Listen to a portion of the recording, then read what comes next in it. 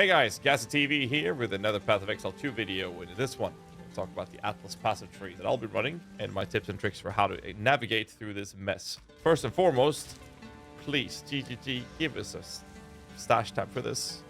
This is so messy to deal with. Anyways, Atlas passive. First and foremost, I would recommend focusing on increased dropping of waystones. It is the easiest way to sustain them. Make sure you run them blue, and what I mean with running them blue is essentially taking one of your watchstones and then putting a transmutation orb on it and then adding an augmentation orb on it. And as you can see, the waystone tier is basically telling you what type of tier and difficulty the tier of the map has. And the next one is saying waystone drops chance is a certain percent, which is based off the difficulty or the modifier scaling weighted value of the modifiers on the actual waystone. That might sound confusing. TLDR, the harder the mods the map has, the higher the chances for monsters to drop waystones is. This also means that you might want to run things in a rare state. However, Alcor is a little hard to come by, Regals not so much. So my recommendation is that if you get to a point where you have a ton of Regals, you can actually start doing that as long as your build is able to handle it. This is really not an issue in the early stage of progression, as long as your Atlas passive tree have modifiers such as rarity waystones, you actually can drop some rare ones, but most importantly things like this. High road giving you waystones found have a 20% chance to be a tier higher. This allows you to have an easier time to sustain your maps, and I would recommend doing this quite often, but don't run them without any mods. That's completely irrelevant for your approach and sustain approach. Jesus, sorry, I'm getting a bit tired. I've been live for the past 100 hours. So that's basically my plan, and my recommendation is to basically focus on these to help you sustain as much as possible. Increasing the amount of monsters in the areas also help with this, such as modifiers like this, increasing number of packs in your maps. Basically, you spin the wheel every time you kill a monster, whether or not it's going to drop this for you or not. However, if you increase the amount of packs, that means that you get more spins on the wheel, trying to drop some more maps, if you will. So what I did is I started off by going down to get some rarity and rarity items, and then rarity waystones.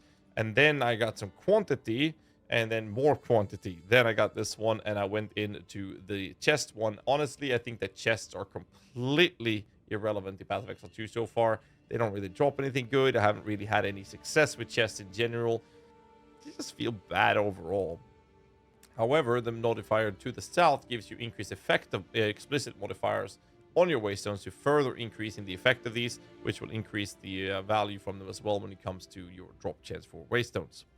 I actually went down to quantity of waystones in this part here, but most importantly, Deadly Evolution is a very, very attractive modifier. Due to the way the loot system works in Path of Exile 2, essentially the more modifiers a rare target has, the higher the drop rates will be for that target. If you then are able to give the monsters one or two additional modifiers, they will drop significantly more loot, which is very attractive, not just for waystones, but more importantly for your loot and your currency or wealth acquisition as well. However, what's really funny is that this affects unique monsters as well, so that your map bosses will now have a random one or two additional modifiers, which can be a bit scary sometimes depending on your build in the higher tier maps when you start running some really scary ones. Till then, it's very good. So up until then, just try it out. It's very easy to respec this. You do that at Doriani. You can refund Atlas passive nodes right there. This one's going to cost me 5,000 gold. So play around with it. It doesn't cost much gold. And getting gold is a very easy thing to do. I have 1.1 million myself right now. After this, however, I went for rarity items. So you can then again go for quantity of items found in maps, which I did definitely take. Left-hand side, you get quantity of waystones. This means, after everything I've told you, that you could start the tree out by taking these two nodes and then grabbing this very early. I didn't feel like that was needed in the early progression, so I think that going in the south route to get actual loot early on was a better decision, especially for the Deadly Evolution, and then grabbing this is a smoother progression. This is something I would wait with till you start getting to the point where you want to run your maps in a rare state. I'll either alch them or at least regal them. So this I just picked up recently. Instead, I went up here and I grabbed the essences, because essences are very good to craft with. However, I've been having a very bad streak when it comes to dropping essences in general, and would instead recommend going on the left-hand side to increase, like I mentioned earlier, the number of packs in your maps, and also picking up the local knowledge. This basically talks about different biomes in your maps. So if you do a swamp or a water biome, like wetlands or whatever, shoreline maps and stuff like that, they actually have a higher chance of dropping basic currency. The mountain ones for gold, the forest biomes will have for increasing drops of jewels, etc., etc. So it's a cool way to do this. I like the idea of it personally, but this is more about wealth acquisition more so than sustaining your Waystone approach. So the TLD, a recap of what I've done, I would recommend that you go for focusing on quantity of the Waystones and also picking up this one for the rarity of them, so you don't have to roll them with alch orbs and stuff like that to make them rare. And this is a very effective way to sustain them. Another simple tip and trick is that you're going to start dropping so many that I literally stopped looting Waystones that are below level 10. But once I have enough of these, you can basically take out set Tier 3 and go to your reforging bench, which you get access to in the campaign or in your hideout later, and put 3 of them in here and reforge. They'll go up 1 tier. So it's a 3-to-1 recipe for those of you who played Path of Exile 1 before. This is an effective way to get these up. So now I have 2 tier 11s, and then you can take 3, 1, 2, 3. And now I can bring these maps up to get tier 12, for example, and, you know, rinse repeat this process once you start getting Waystones that you're not going to be running or plan on running rather. And so this is a very effective way to keep this up. Other methods that you can do is in the form of these precursors, and the way these works in the mapping system is very simple. You get to a tower, you defeat the tower, and once you're done with that, you can socket in a one of these precursor tablets. What then happens is that you pop this into a tower, and in this example would be that 8 maps within range will become irradiated. What then happens is that just 8 maps in this vicinity will be getting this specific modifier. That's why you see that, for example, some mods here has only 1. This is a breach. This one has nothing. Whereas maps like this one has breach, it has ritual, and as well as corrupted, which increases monster level.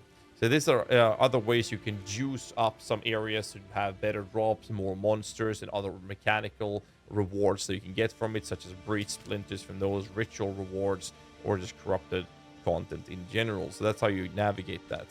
And to add to that mechanic, you can actually have these specific precursors. They cannot be rare, but they can be blue, so you can add 2 mods to it. So in this case, what this will do when I pop this in a tower would make it so the rare monsters in these specific areas will have a chance to have an additional modifier, which can again increase the value of wealth acquisition, but also make them a bit scary. It also increases the rare monsters in your maps as well. So these precursors are very, very, very attractive, so make sure you don't miss out on using them as you're playing the game. There's really not much else to add when it comes to this type of content. It's very straightforward. Use the precursors to juice up maps.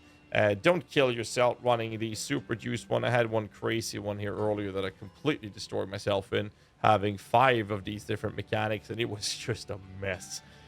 So make sure that you be a little careful, but to sustain them, you want to focus on Waystone dropping. And when it comes to mapping, if you're finding some good stuff you want to farm or whatever, then you basically pop the Lost Tower. So if you go into an area like this, I would recommend that you get to the tower first, get the fastest route in there, pop the precursor, and then you get maps like this 3 set I have here. This one has a map boss, ritual, and irradiated from monster level, and just rinse repeat that process of farming. So that's an effective way to both have assistance of sustaining your Waystones, but also increasing your wealth acquisition. To step up their game and go prime. Use Mercs. Welcome to the big leagues, AG Optimum. Thank you, Optimum, for the sub, man. Appreciate it. That's all I have for you for this video. Hope you liked it. Don't forget to leave a comment down below if you have any other tips you want to give to the new players coming into Path of Exile 2. And for the new players, welcome in to the last game you'll ever play. Make sure you hit the like button, subscribe for more content, and I'll see you guys in the next one. Till then, stay safe and keep rocking.